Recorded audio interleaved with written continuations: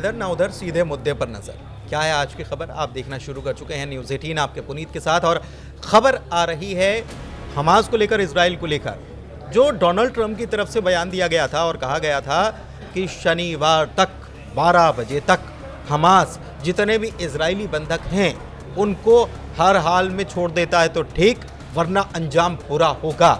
अब इसके बाद एक बड़ा अपडेट इसको निकलकर सामने आ रहा है।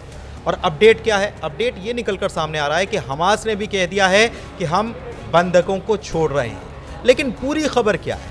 क्या हमास बंधकों को एक साथ छोड़ने वाला है? क्योंकि कुल 78 बंधक जो हैं, इजरायली बंधक, जिसमें से 44 जीवित और 34 मृत बंधक हैं, वो हमास के कब्जे में हैं। दूसरी तरफ कई सारे फिलिस्तीनी जो हैं वो इजराइल के बंधक बने हुए हैं या इजराइल की जेलों में हैं। उनको रिहा करने की कवायद बीते दिनों देखने को मिली थी। लेकिन इस बार क्या नया अपडेट है, क्या नई चीज़ें निकल कर आई हैं? आनंद के पास चलते हैं। आनंद हमारे सहयोगी जुड़े हुए हैं। आनंद बताइए। बिल्कुल, देखिए, ट्रंप के एक्शन मोड में रहते हुए एक्शन मोड में हैं और लगातार उनके जो बयान आ रहे थे इजराइल हमास को लेकर के, अभी जो कुछ देर पहले खबर आ रही है कि हमास जो पहले दिनों बयान दिया था कि हम अब जो भी इजरायली बंधक हैं मैं उनको रिहा नहीं करूंगा, लेकिन अभी जो खबर आ रही है कि अब इजराइल जो है वो हमास जो है अब इजरायली बंधकों को जैसे करता था रिहा उसी तरह ही रिहाई जारी रखेगा। लेकिन ये उसने स्पष्ट नहीं किया है कि सभी बंधकों को, जैसा कि ट्रंप ने कहा था कि सभी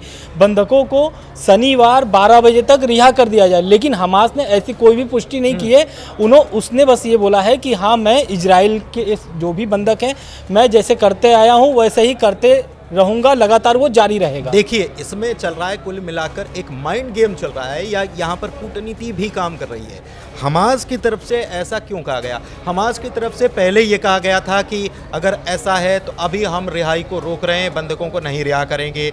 लेकिन दूसरी तरफ जब डोनाल्ड ट्रंप की तरफ से ये बयान आता है, हमास की तरफ से इसके बाद बयान आता है, फिर बेन्यामिन नेतन्याहू इजराइल के प्रधानमंत्री जो हैं वो कहते हैं कि हमास को 12 बजे तक शनिवार को सारे के सारे बंधकों को छोड़ना पड़ेगा, क्योंकि जो शांति वार्ता या जो समझौता हुआ है उसके तहत आपको अगर आगे बढ़ना है तो हमको यही करना पड़ेगा। लेकिन सबसे बड़ी बात यह है कि इसमें एक नया डेवलपमेंट आ गया है। हमास क्या कह रहा है कि हम बंधकों को छोड़ते रहेंगे, वैसे ही छोड़ते रहेंगे। बिल्कुल। तो क्या अब ये माइंड गेम है? बिल्कुल माइंड गेम है। असल में हमको ऐसा लग रहा है, हम मतलब कि जैसी खबर आ रही है उस खबर के मुताबिक अगर बोले, उत्तरी गाजा में लगभग 70% जो गए थे छोड़ करके अपना घर, वो वापस आ चुके हैं। इसके कारण से हमास, हमको लग रहा है कि अपने जो बयान थे उसको पलटा है और इस रिहाई को लेकर के फिर से जो है कि नोटिफिकेशन जारी किया कि भैया हम अब फिर से रिहा करेंगे। दरअसल बेंजामिन नेतन्याहू ने कल जो उनका बयान आया था उसमें उन्होंने बोला था कि अगर हमास रिहा नहीं करता है तो मेरी सेना तैयार है और फिर से वो बॉर्डर में एंट्री कर जाएगा, यानी कि गाजा में फिर से घुस जाएगा इजरायली सेना। इसको लेकर के ये सारी बातों को देखते हुए हमको लग रहा है कि हमास ने इस तरीके से अपने बयान को पलटा है और लोगों को छोड़ने की फिर बात कही है। लेकिन हमने ये फैसला कर लिया, आप बताओ तुम क्या करते हो? बिल्कुल। अभी ये चल रहा है कि उन्होंने बोला कि एक साथ छोड़ो।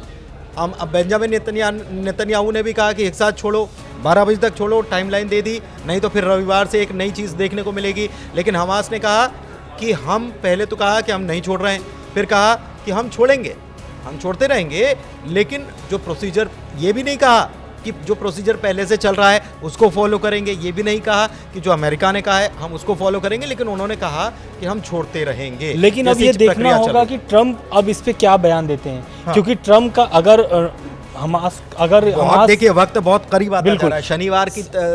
शनिवार का दिन तय रहता है कि शनिवार को छोड़ना है, और आज हम बिल्कुल अब ये देखना एक दिन के अंतराल। अब ये देखना होगा कि ट्रंप का बयान क्या आता है इस पर, क्योंकि ट्रंप ने स्पष्ट कर दिया था कि भाई सभी को एक साथ छोड़ दो, और हमास ऐसा कोई भी बयान नहीं किया है कि भाई मैं सभी को एक साथ छोड़ रहा हूँ। अच्छा, लेकिन हमास ने एक चीज़ और कही है। दरअसल ये मध्यस्थता जो चल रही है, ये मिस्र और कतर जो है ये इसमें मध्यस्थ की भूमिका में है, और हमास की तरफ से कहा जा रहा है कि वो इस पूरे कॉन्फ्लिक्ट को, या ये जो चीज़ें हैं उलझी हुई, इनको सुलझाने की कोशिश कर रहे हैं, और हमें उन पर पूरा भरोसा है। तो यानी मिस्र को भी और कतर को दोनों को अपने पाले में एक प्रकार से ले लिया है, और उसके तहत बातचीत भी होती रहेगी और हमास की तरफ से बयान आ गया।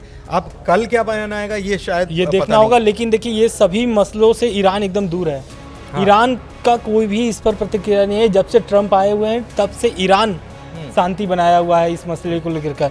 नहीं तो आप देखिए, जब भी हम हिजबुल्लाह के नेता मारे जाते तो इजराइल पर हमला कर देता था ईरान, लेकिन अब ईरान एकदम ठंडा पड़ा हुआ है। एक दिलचस्प चीज़ क्या है, एक दिलचस्प चीज़ मुझे यहाँ पर याद भी आ रही है कि ट्रंप शुरुआत में बयान देते हैं और वो ऐसा बयान होता है जो शायद किसी को भी बुरा लग सके या धमकी वाले लहजे में ट्रंप की तरफ से बयान आता है, लेकिन अगले ही पल जो है वो उसको नॉर्मलाइज करने की कोशिश करते हुए नजर आते हैं। ईरान को लेकर भी उन्होंने बयान दिया, उन्होंने कहा कि मैं परमाणु संधि जो है उसको लेकर कि वो परमाणु हथियार नहीं डेवलप करेगा, इसको लेकर अगर ये संधि कर लेता है, ईरान कर लेता है तो हमको कोई दिक्कत नहीं है, बिल्कुल शांति से रहे। वो लोग भी पसंद क्यों करेंगे कि वहाँ के लोग मरे।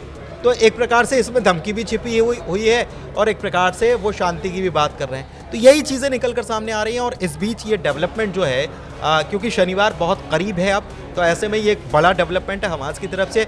अब देखना होगा कि नेतन्याहू इस पर क्या बयान देते हैं और साथ ही साथ डोनाल्ड ट्रंप की तरफ से क्या इस पर कोई बयान आता है या फिर रिहाई ऐसे ही चलती रहेगी हमास के। लेकिन इस फैसले से लाखों लोगों की जान बच सकती है। क्योंकि जो लोग अब वापस आ चुके थे उन लोग में ये डर था कि कहीं ना कहीं वॉर शुरू हो गया तो फिर लोगों की जान जाने शुरू हो जाएंगे। और फिर कई सारे मुस्लिम मुल्क जो हैं वो भी शायद अपनी तैयारियों में भीतर ही भीतर उसको लेकर भी चल रहा हो, क्योंकि फिलिस्तीन की ज़मीन, फिलिस्तीनियों को हटाने और गाज़ा की ज़मीन को खाली कराने वाली बात भी ट्रंप कह चुके हैं। तो क्या इसमें और अपडेट आता है उस पर हमारी नज़र बनी हुई है। फिलहाल चर्चा में इतना ही। धन्यवाद।